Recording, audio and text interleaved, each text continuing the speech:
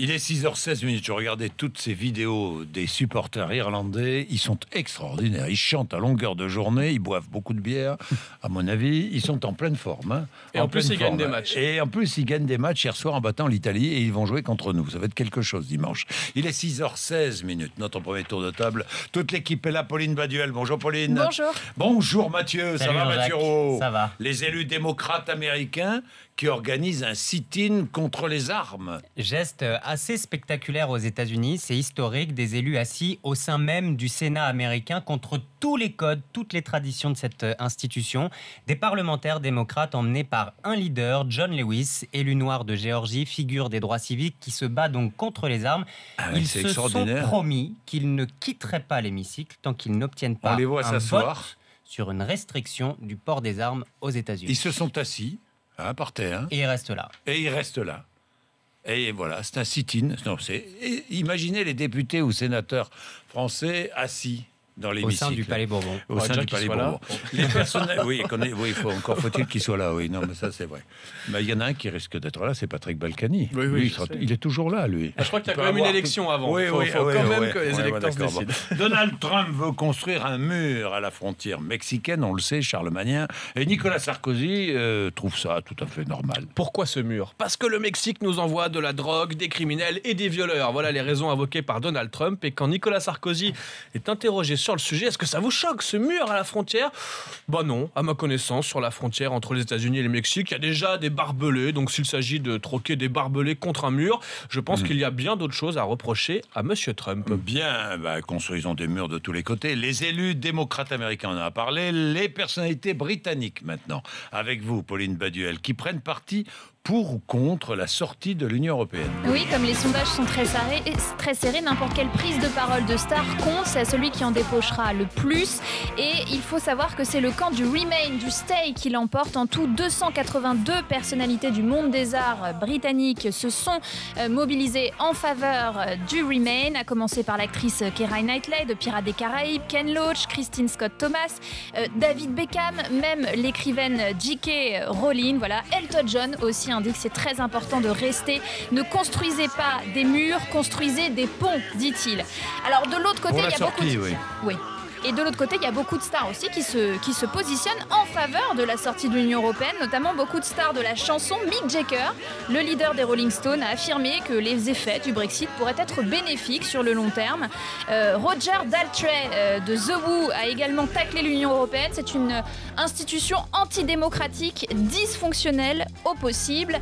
Je crois que les Beatles sont assez indécis, ne se sont pas trop prononcés sur la question, mais voilà, c'est... Paul McCartney n'a rien dit pour l'instant. Rien. Non, 100 ans. Elle rêve de rencontrer Kenji Girac. Elle s'appelle Jeanne. Jeanne Courtois, elle est nîmoise. Oui. Elle vient de recevoir la médaille de la ville, mais son rêve, effectivement, dans la vie, c'est de rencontrer Kenji. Il a une jolie voix, dit-elle, il chante bien, il est gracieux, il a la barbe qui lui va bien. C'est pas parce qu'on est vieux qu'on n'apprécie pas ce qui est beau. Alors vous l'aurez compris, c'est une vraie fan. Elle sera d'ailleurs aux Arènes de Nîmes le 13 juillet pour le concert de Kenji. Sa chanson préférée, évidemment, c'est Andalouse. Elle espère pouvoir le croiser et si elle n'y arrive pas, elle passe un message à Kenji. J'habite la maison de retraite des Olivades, chambre 305, tu passes quand tu veux. Bon, dans le Colorado... et oui, mais pourquoi pas. Dans le Colorado, la légalisation du cannabis n'a pas entraîné de hausse de la consommation, Pauline Baduel. Non, c'est ce que révèle une enquête réalisée auprès de 17 000 jeunes. 2 ans après la légalisation du cannabis, c'est resté stable. En moyenne, 38% des jeunes en consomment une fois dans l'année 2015. Ils étaient 37% en 2013 avant la légalisation, mais ils étaient 43% en 2009. Au niveau national, l'État américain se trouve même en dessous de la moyenne. Et d'ailleurs, le Colorado n'est pas le seul État à voir que la consommation de cannabis a diminué après la légalisation. C'est également le cas aux Pays-Bas. Les incendies qui menacent toujours la Californie, Pauline. Oui, depuis lundi, de gigantesques incendies. Au total, une vingtaine, pas moins de 550 km² de forêt, de broussailles qui sont déjà partis en fumée. La Californie est la région la plus touchée et les flammes s'approchent aussi de Los Angeles. Déjà, 750 personnes ont dû être évacuées. Bon, je rigole parce que je demande les images. Vous savez pourquoi? Parce que le petit journal s'est moqué de nous hier. Moi, j'aime bien quand on se moque de nous, parce qu'au moins on parle de nous. Ça, c'est déjà pas mal. Mais c'est vrai que ici, de temps en temps, il y a que petites incertitudes dans les micros, les trucs qui partent pas. Des pains techniques, comme on dit dans le jargon. C'est toujours la faute de la technique. Non, mais oui, c'est toujours. C'est jamais l'animateur qui lance n'importe quoi au mauvais moment. Non, c'est la dernière du petit journal ce soir. C'est la dernière ce soir, après 12 ans de présentation pour Yann Barthès. Et effectivement, hier soir, le regard satirique sur la politique et les médias de Yann Barthès a encore frappé. Cette fois-ci, c'était pour nous. Ils sont revenus sur l'émission. C'est vrai. C'est bien, ils mais nous moi regardent, j'aime bien. Ils nous regardent tous les matins, tous les matins. Ouais. Et là, ils ont Salut. regardé. On leur dit bonjour, c'est leur dernière. Ils ont regardé avec attention l'émission de lundi où effectivement on a eu quelques petits problèmes techniques. Regardez. Les Bleus sont premiers du groupe A et c'est quand même ça l'essentiel. Gros blanc. Oui, ça évidemment. La première mi-temps, la deuxième mi-temps, on a eu un peu plus de mal à cause du réveil des Suisses. Bonjour Sada. Sada. Oui.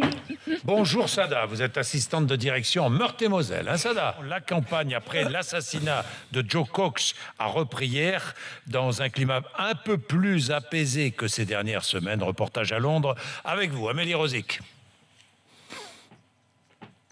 Voilà. Amélie Rosic. Bon, ça arrive, ça. Nous n'avons pas Amélie Rosic.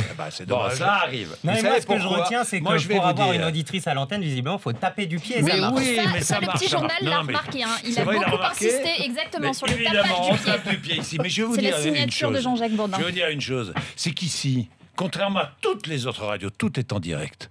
Tout le monde est en direct. Donc évidemment, quand tout le monde est en direct, ça provoque quoi? Parfois, des incidents, des petits incidents, on s'entend pas, mais ça peut arriver. Oui, et alors, et on le prend toujours à tout marche bien. Vous ne crevez jamais avec votre voiture. On s'énerve jamais. On s'énerve jamais. On reste détendu. Mais non. Nous aussi. Voilà, parfois ça marche pas. On en rit. Finalement, on va en rire. Hein, on est bien d'accord? Bon, l'euro.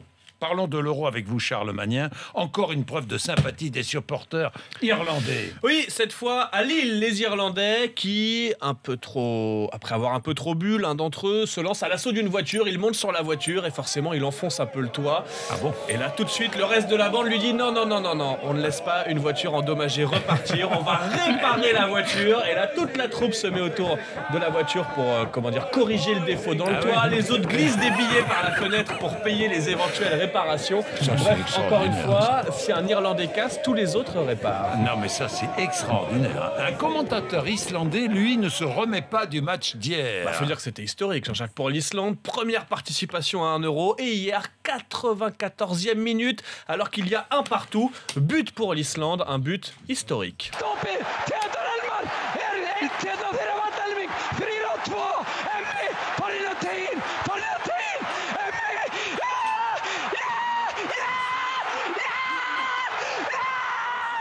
Et dites-moi qu'est-ce qui lui est arrivé? Attendez, il a jamais vu 1 euro, un but à la dernière minute, ils sont qualifiés. Pour lui, c'est sa Coupe du Monde 98. C'est une fois dans une vie, quand on est commentateur de l'Islande. Voilà. Un but comme ça. C'est quelque chose, Bien. Tiens, à propos vous savez que je mets à l'honneur tous ces supporters venus de toute l'Europe qui sont contents d'assister à cet euro. Écoutons Solveig, elle est islando-allemande, elle est venue pour supporter 2 équipes. Nous l'avons rencontrée près de la fan zone de Paris. Elle adore le savoir-vivre à la française. Je m'appelle Solveig, j'ai 28 ans, je suis à moitié islandaise et à moitié allemande. Nous avons eu quelques contrôles de sécurité, mais j'ai l'impression que tout est très détendu. Les gens sont sympas, on va dehors, on boit du vin et on mange de très bonnes baguettes. Ça peut faire cliché, mais au final, vous avez cette super culture de manger dehors avec des gens et de discuter. Je crois que jusqu'ici, tout a été très positif. Voilà, c'est un reportage de Mohamed Bouafsi, enfin une interview. 6h31, on est très en retard. Ici, c'est parti en live ce matin. Justement, on est en direct.